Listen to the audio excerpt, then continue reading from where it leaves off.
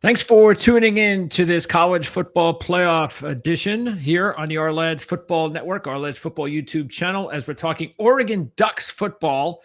And whenever we do that, Rob Moseley decides to join us from GoDucks.com. Rob, good talking to you again. Yeah, you as well. Good to see you. Happy New Year. Yes, Happy New Year to you. And this is a really exciting time for college football fans in Oregon. I had an opportunity to sit back, watch how things went in the first round, including with their opponent, Ohio State. They get the extra time for rest and all the other things that come with it. Where do you think Oregon is right now as we get set for them to play their first ever really true 12-team playoff, and even though it's not on a home field advantage or anything like that, it's still something that these players have never experienced before.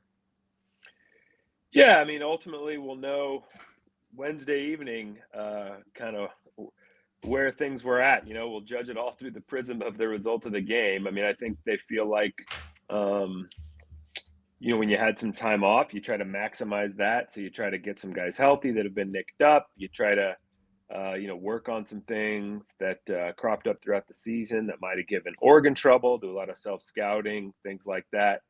They did get a little bit of a head start on Ohio State prior to the holiday break. They had a week of practices in there where they did one day really focused on Ohio State, one day really focused on Tennessee, depending on who won. So they were able to bank a little bit of a head start based on who was going to win that first round game. And then kind of feel like they hit the ground running once they got back from the holiday break, resumed practices Friday, kind of giving themselves like a normal 5-day practice week leading up to the game Wednesday. So, you're trying to stay on schedule, stick with a routine. It's, most years you'd be at the Rose Bowl already by now. So it's obviously a lot different than a normal bowl experience. But you don't want the guys to feel like anything's different. You want everything to feel kind of routine. And I think that's where they have guys right now just focused on the task at hand as they've been all year, not trying to get too caught up in hype or expectations or narratives or anything like that. Speaking of getting healthy on the mend and so forth, how is the overall health of the team? Any key players that are not going to be available? Nothing that Coach Lanning has disclosed. It's obviously not my position to be breaking any news on that front. So, and quite frankly, access to the team has been very limited for outside media entities since the Big Ten championship game. There hasn't been a real good opportunity to make an evaluation by independent voices that way. So Coach Lanning hasn't gotten, or the other coaches that have been available haven't gotten many questions that way. So there hasn't even been very many opportunities to put questions to appropriate staff members along those lines. So I'm sure that's something that'll come up as we get closer to the game in the next couple of days, once we actually get to LA, and there's more media availability there. But yeah, as of right now, there's nothing that's coming out of Oregon's practices that's any kind of red flag or anything. Okay. As far as the portal, of course, that's been big news, taken up a lot of college football headlines since it's restarted again.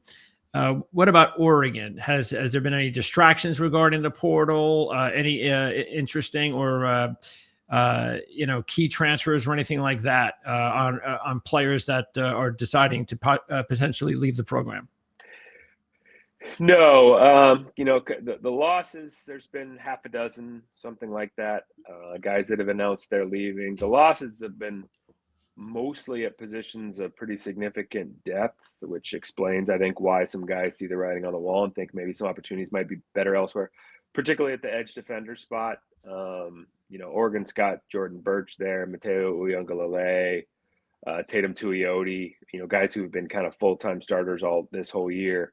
They've got a young guy in Blake Purchase who hasn't played as much as some of those other guys, but played a little last year as well, who's able to step up and provide some depth. But yeah, for the most part, not guys who played real big roles. Some guys who played here and there, maybe on special teams, things like that. But kind of the nature of the beast when you're a program that's amassed talent to the extent that Oregon has under, first Mario Cristobal and now Dan Lanning the last few years, and also now you're going into this new era of roster limits and things like that. Guys have to take some hard looks at where they're at and kind of what opportunities present themselves, and there could be other outside influences too that influences some of those decisions too. And so Oregon hasn't been immune to that, but I don't think anybody feels like there's been a loss yet that should certainly be impactful over these next few weeks. All right, let's talk about the opponent, Ohio State. And no one really knew what to expect from Ohio State going into the game last week. Mentally, there was a lot up there for many of the players and the coaching staff. And they passed the matchup with flying colors. They could not have scripted it any better. So much so that they go from a team that many people thought, or some people thought, well, they could probably go one and done. And all of a sudden now everybody's talking about Ohio State like they were in the beginning of the season because there's so much talent on the team, and deservedly so. So here's the morning for Oregon, second matchup, the first matchup in Eugene, very close game. For you watching the game and understanding how the first matchup went, was there anything that you saw in the playoff game yourself that you think could be a little bit different based on the first matchup? Because the first matchup, statistically speaking, was extremely even. Matter of fact, these two teams nationally, just all the way down the line, I mean, it's so similar statistically speaking regarding the types of programs they are this season. And we saw it in the game. It came down to the last play. And I don't think there's any reason to believe it's not going to come down to the last play again next week. But was there anything that you saw in the game last week that makes you believe that this matchup could be a little bit different from Ohio State's point of view? I did not watch the game.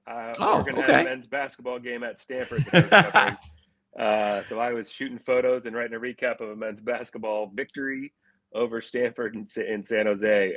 Got a top 10 men's basketball team too, so that's right. Right now. That's right. But no, I think I had the live stats up on my phone, and when it was 21-0 or something early, my eyebrows went up for sure, and it certainly looked like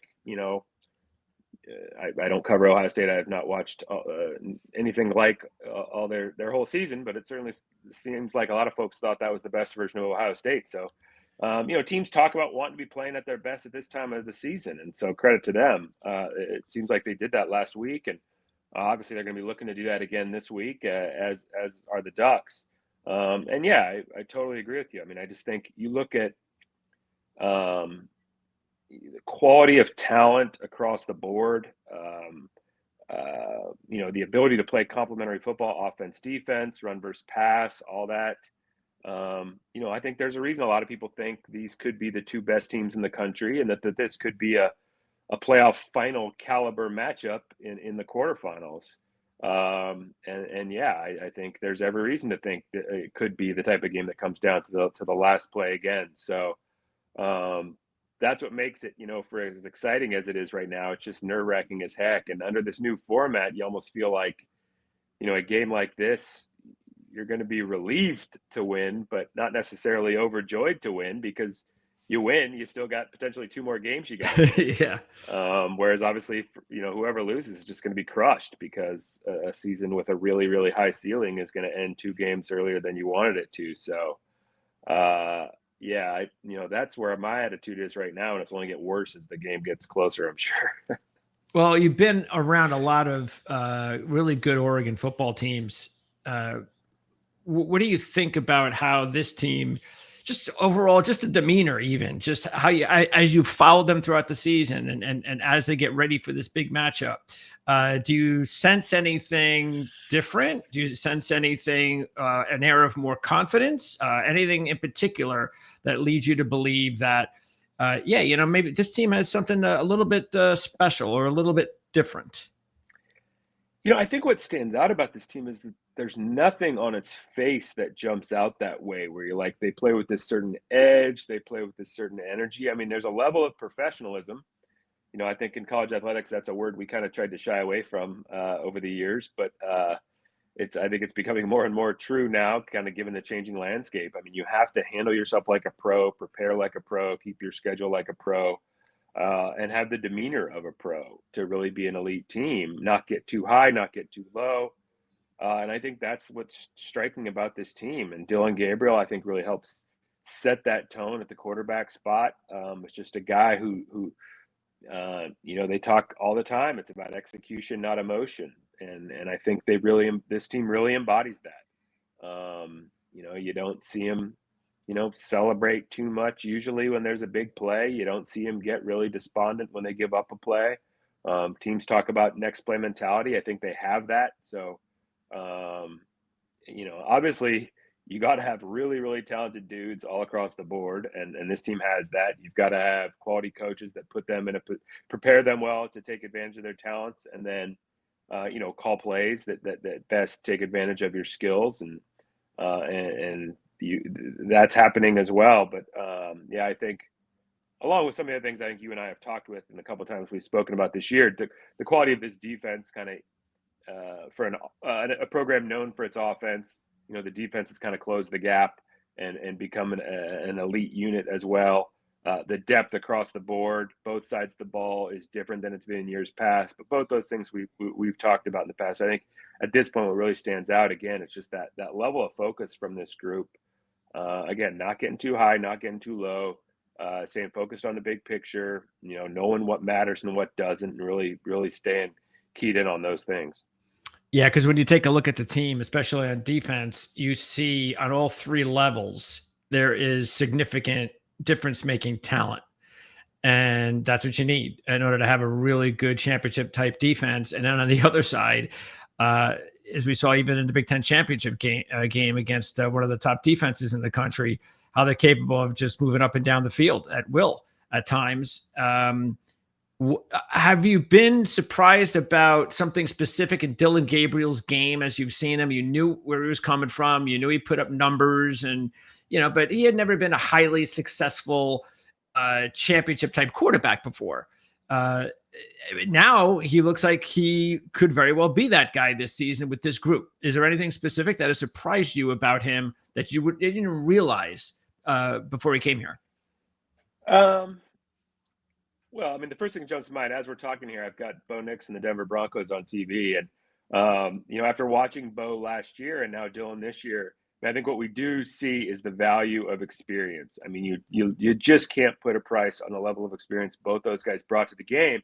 And then when I talked about the level of focus and the level of poise, the level of maturity that this team has, it really does, start with that leader at quarterback, and Dylan Gabriel just embodies those things. And I think he's just been through so much. He knows not to get too high or too low, and just keep at it, stay focused.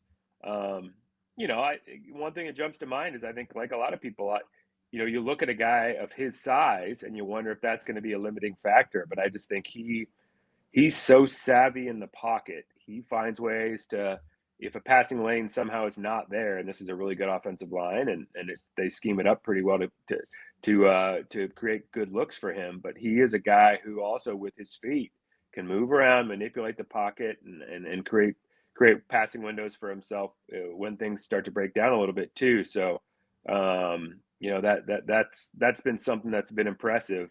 But we knew he was mobile. We knew, kind of like Bo, he could complete balls underneath. He could hit you over the top. We've seen all that.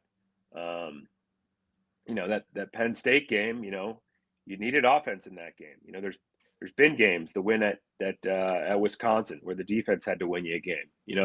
Early this season against Boise State, the special teams had to help win you a game with some big plays.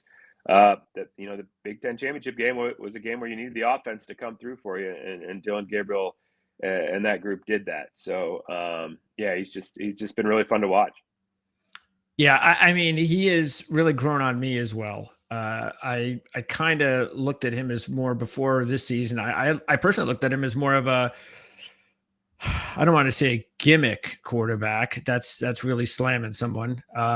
More of somebody that, I mean, he had a really good coordinator, and you wondered whether or not would that change. Was he a coordinator's quarterback? Was he a system quarterback? And he's really shown with more experience as he keeps moving along and he keeps making play after play in big game spots, that there's something there, even to me at the next level. The next level screams for experience in these young quarterbacks. And he's not going to get drafted early. And yet I just get this feeling it's going to happen again. A kid like this is just going to get passed over by 5 or 6 other quarterbacks, and he's going to go in the 4th or 5th or 6th round, and he's going to probably be the most successful one of the group.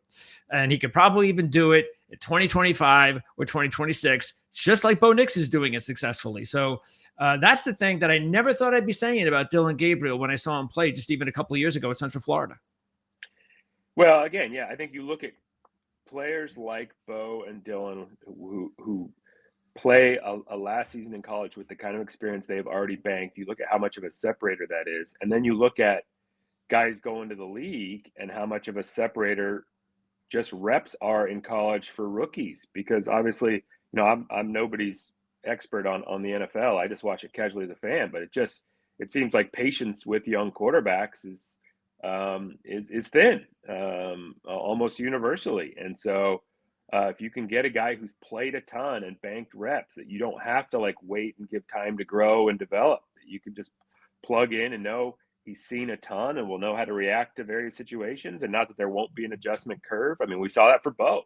You compare the first half of his rookie season, or maybe the first third with his play since.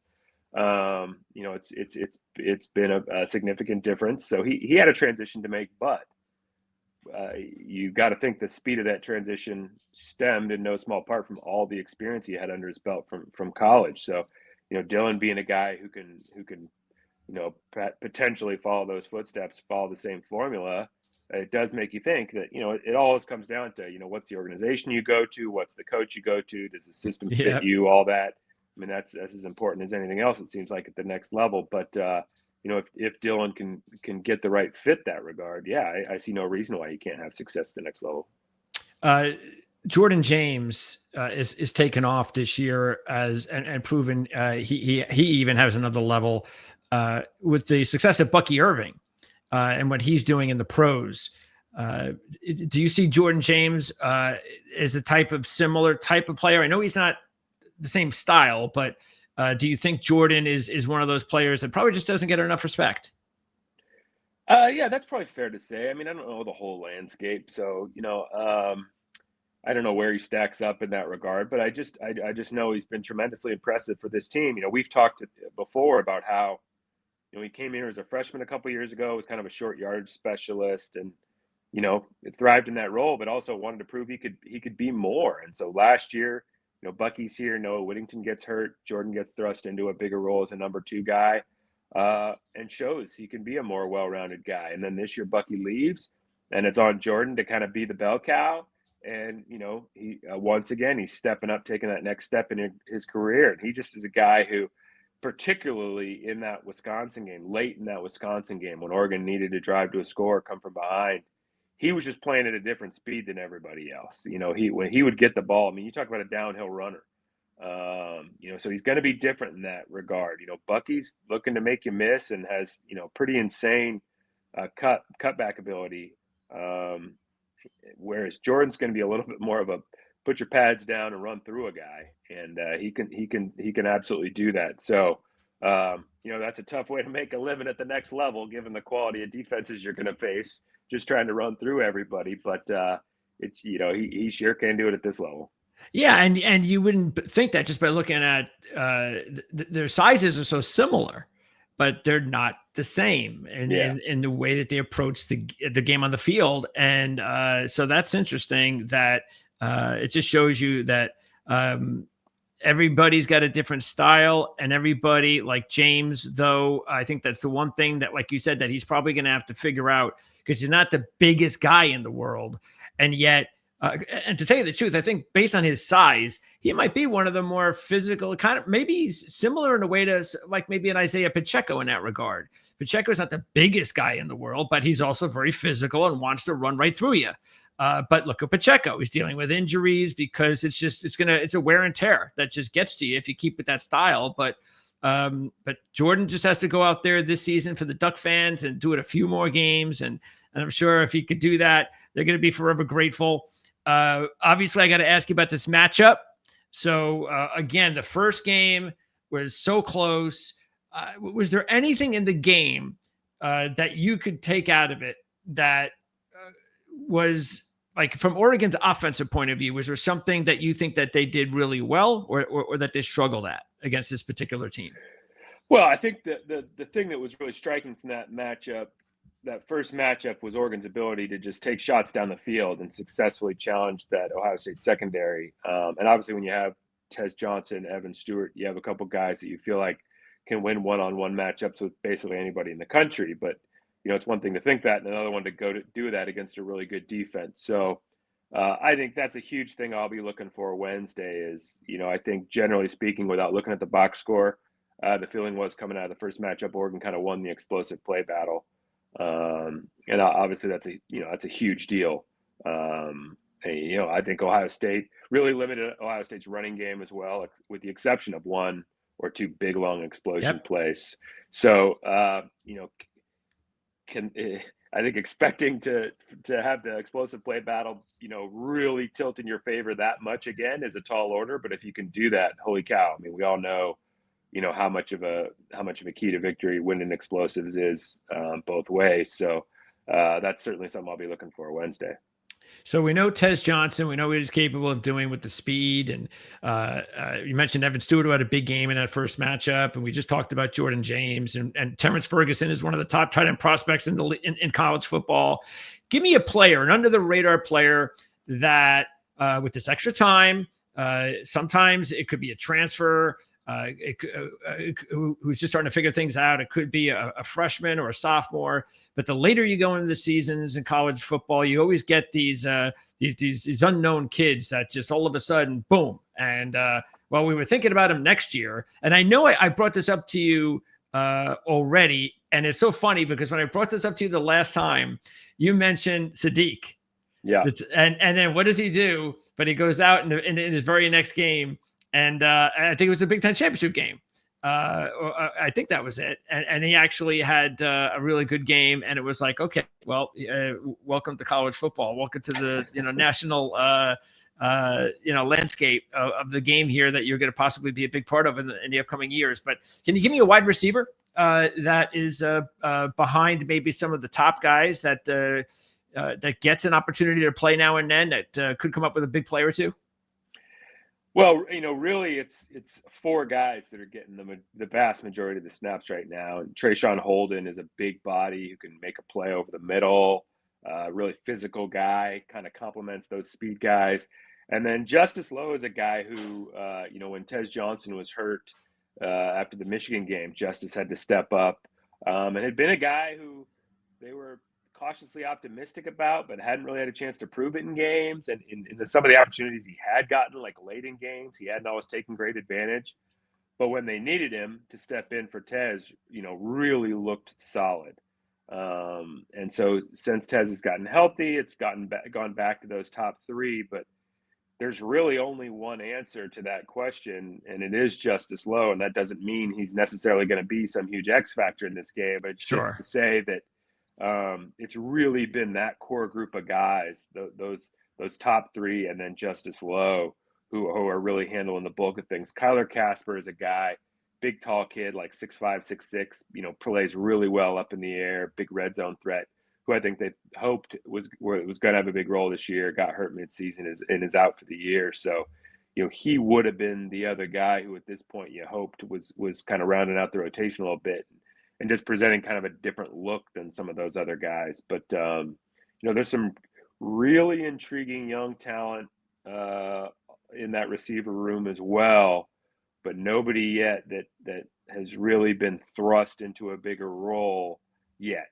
So, remains to be seen if one of those guys is going to be kind of in the plan and unleashed and taking advantage of it anyway.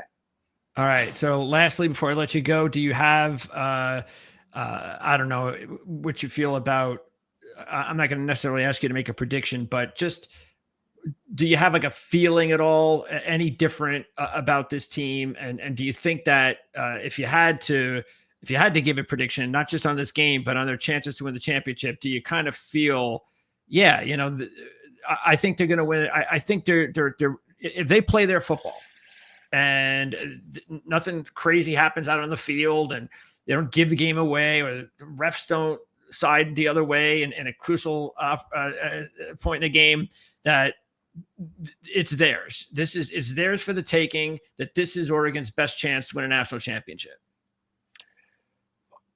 I certainly think just from Oregon's point of view, the Yes. makeup of the team and the makeup of the roster and kind of where they're playing right now, again, that focus, all that. Sure, is this about as well positioned as Oregon has ever been to contend for and potentially win a national championship? Absolutely. That said, you look at the rest of this field, you look at the path to get there, and it's really daunting. So when you ask my feeling, it's like crippling anxiety. I mean, just knowing that this team is absolutely capable and deserving of being potentially a national champion, and yet multiple teams can say that right now, and only one's going to. And there's a chance it won't be Oregon, despite being 13-0 and Big Ten champs right now. So that makes you want to throw up a little bit. But on the other hand, you also know, again, the pieces are in place. Absolutely, if you execute and you know everybody does their job and you play how you want to be playing at this time of year, absolutely the chance, you know, to really be celebrating some big things in 3 weeks is there. So yeah, it's